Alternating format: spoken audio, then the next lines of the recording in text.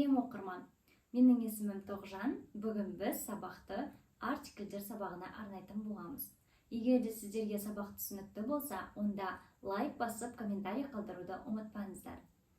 Біз білетін артикльдер және және з артикльдері болып табылады. Және де артикл қойылмайтын жерлерде қарастырып өтетін боламыз. Негізінен және артикльдері бұлар белгісіздік артикльдер деп аталады.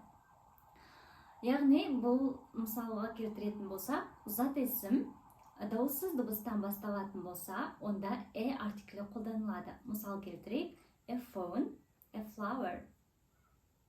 Ал егер де зат есім дауысты дыбыстан келетін болса, онда артиклін қолданамыз. An apple, an umbrella.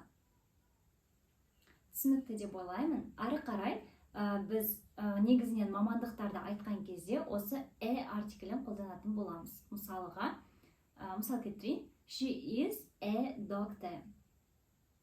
He is an engineer.